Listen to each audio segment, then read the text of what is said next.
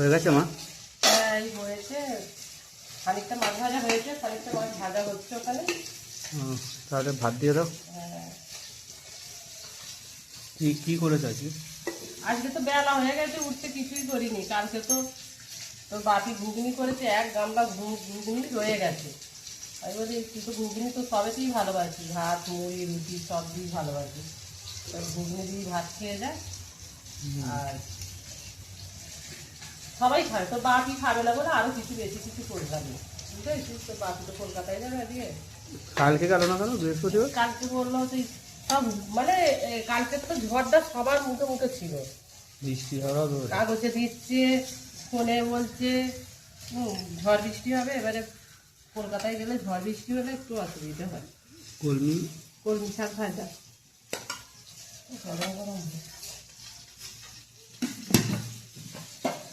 এই যে ঘুগনি,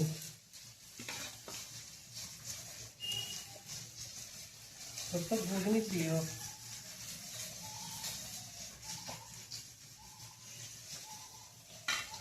তোর ভাইও খাবে।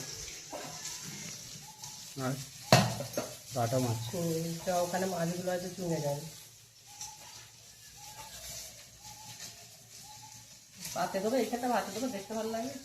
আবার দেখতে ভালো লাগবে এভাবেই খাই। হ্যাঁ দেখ কালকে ঘুগনিটা তো তোদের খুব পছন্দ হয়েছে বলবি। ভালো হয়েছিল। মেথি পাতা দিয়েছিল না? মেথি শাক, হ্যাঁ মেথি পাতা, কস্তুরি মেথি, কাসুরি মেথি। কস্তুরি মেথি তাই তো? হ্যাঁ কসুরি মেথি দিয়েছিল, ওটা ভালো লাগছিল। মেথি তো তরকাতে আমাদের দেয় সব সময় বল।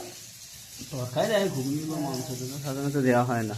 ভাতটা একটু চালিয়ে দেবো, গরম তো খুব গরম, দেখছিস পাখাটা চালিয়ে দিই দাঁড়া।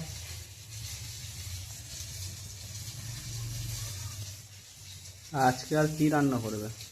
আজকে আমি আলু সেদ্ধ দিয়েছি ভাতে। আর বাপি তো খাবে না, বাপি তো কলকাতায় যাবে। তো বাপি আমাদের যে কেউ একজন বাড়িতে না থাকলে সেদিনে রান্না বান্নাটা কম হয়, কারণ সেই একজন মানুষ খেতে পারবে না। ওই জন্য হয়তো হোটেলে খাবে, কিন্তু হোটেলে খেলেও কি সেই জিনিসটা ভালো লাগে খেতে? তো বাপি তো প্রত্যেক বৃহস্পতিবার শুকনো খায়। এই কলকাতায় যায় ওই ডিম টোস্ট কিনে খেয়ে নেয়, ভাতই খায় না প্রত্যেক বৃহস্পতিবার। কারণ মাসে 4টেও শুকনো যায়, শুকনো খায়, 4টে থেকে 6টাও হয়ে যায়। ঠান্ডা করতে দিতে পাখাটা চালিয়ে দিয়ে